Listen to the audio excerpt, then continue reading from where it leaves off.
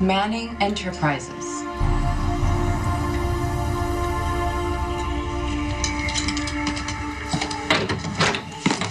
Excuse me. What are you doing in my office? Kate Howard, right? Right. Sorry, I don't know why I did that. It was a disingenuous remark. I know exactly who you are. We haven't met. I'm Todd Manning. This is my office. I guess you missed a couple things when you were locked up for what you did to my daughter. It never occurred to you to notify me of this? Well, you know what? I want a copy of that paperwork sent to my attorneys today. No, it is stipulated in the initial agreement that I keep editorial control of Crimson.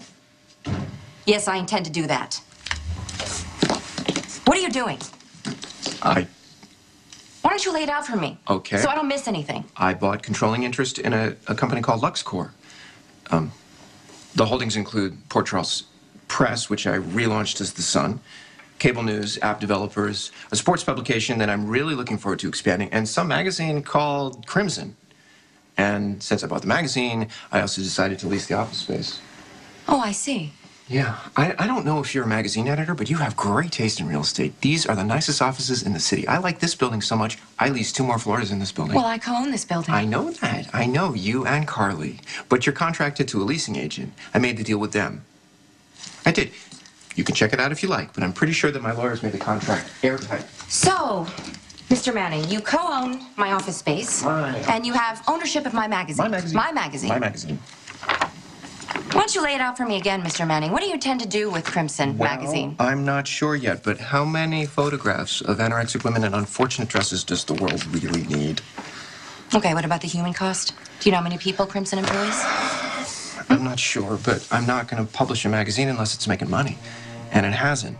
Well, not since you started experiencing difficulties. I can get Crimson back on track. Maybe. Maybe not. Yeah, maybe I should just cut my losses. Well, this is one sure way to get payback, isn't it? What? You think that's what this is? Well, isn't that what this is about, Mr. Manning? What I did to your daughter? I read the paper today. You obviously know that she spoke for me in court. Yeah, well, Star is a really good person. Mm-hmm. She's compassionate, forgiving, almost to a fault. What do you think? You don't think I got what I deserve? I don't think Kate should go to jail. I think Kate's a good person. Thank you. I appreciate that. Connie, on the other hand, they should lock her up, throw away the key.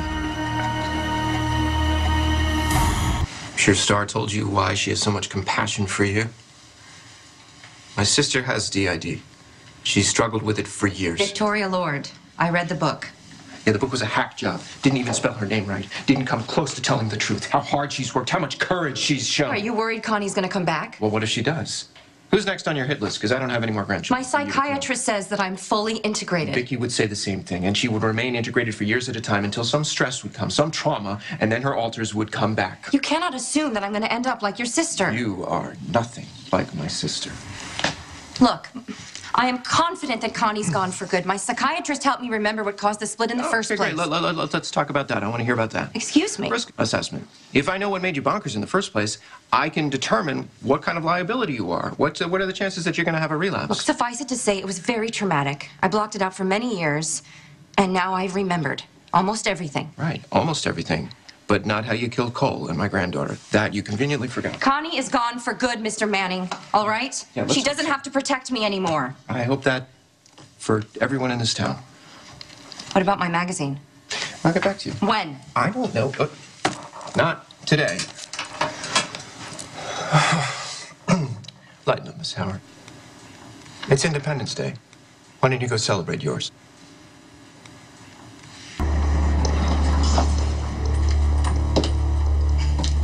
Okay, you were right, Spinelli. Yep, no one's here. Okay, he must be off celebrating. I don't know, I'm just gonna look around the office and see if I can find anything that connects Heather to Todd. Okay, bye.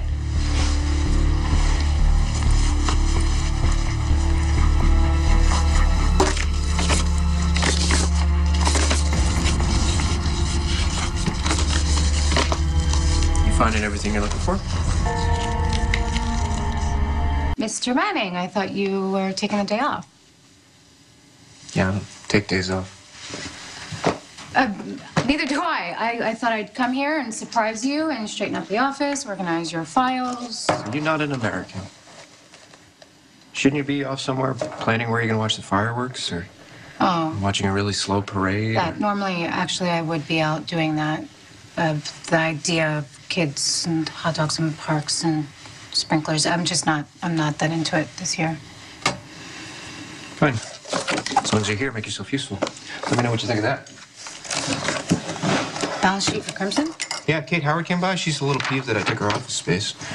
And she asked me to keep Crimson in production. I told her I'd look at the numbers. But that's all like, graphs and pie charts and stuff. And I don't know. You're my assistant. Why don't you do the boring stuff? Me? Well, I don't know. You're the one who's going to have to be working with her, knowing that she was the one who caused an accident that killed your granddaughter. Never let personal feelings get in the way of turning a profit. That's not really for me to decide. But if it were me, I don't know. I don't think I could spend every day side by side with someone knowing that they took away a child I loved.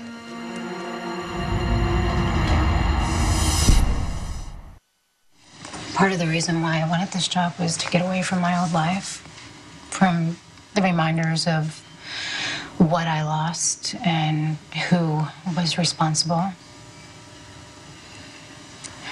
You're talking about your baby? Did you ever think? What? Never mind. I read one of the last stories that the Port Charles Press ran before I bought the paper, and it was about your soon-to-be ex-husband. And I have never met Jason, but, I do feel for the guy, to find out that you have a twin brother and that he's a complete psycho. I mean, I wouldn't know anything about that, right? Franco, that's the name of your baby's father, right? Yeah, so? So, crazy rapist, right? I mean, maybe you are better off not having had his kid. I am not better off without my child. Everything happens for a reason. No, everything doesn't just happen for a reason. You know what? Maybe it wasn't a good idea to take this job after all. I've offended you? What do you mean, have you offended me? You know what, Mr. Manning? I read papers too. And my baby's father isn't the only crazy rapist. So tell me, do you think your kids would be better off dead because who their father is? Wait, please. Please don't leave. I didn't mean to upset you. Look, I'm probably the last person who should be talking to you about your kid. I'm trying to help. You're trying to help by telling me that my child was better off dead? Well, come on, how you got pregnant? That's How not exactly are you kidding me? Listen to yourself. Stop. You're making it worse. You're probably right. Please just stop. You're young. You're so beautiful. You should just have another kid.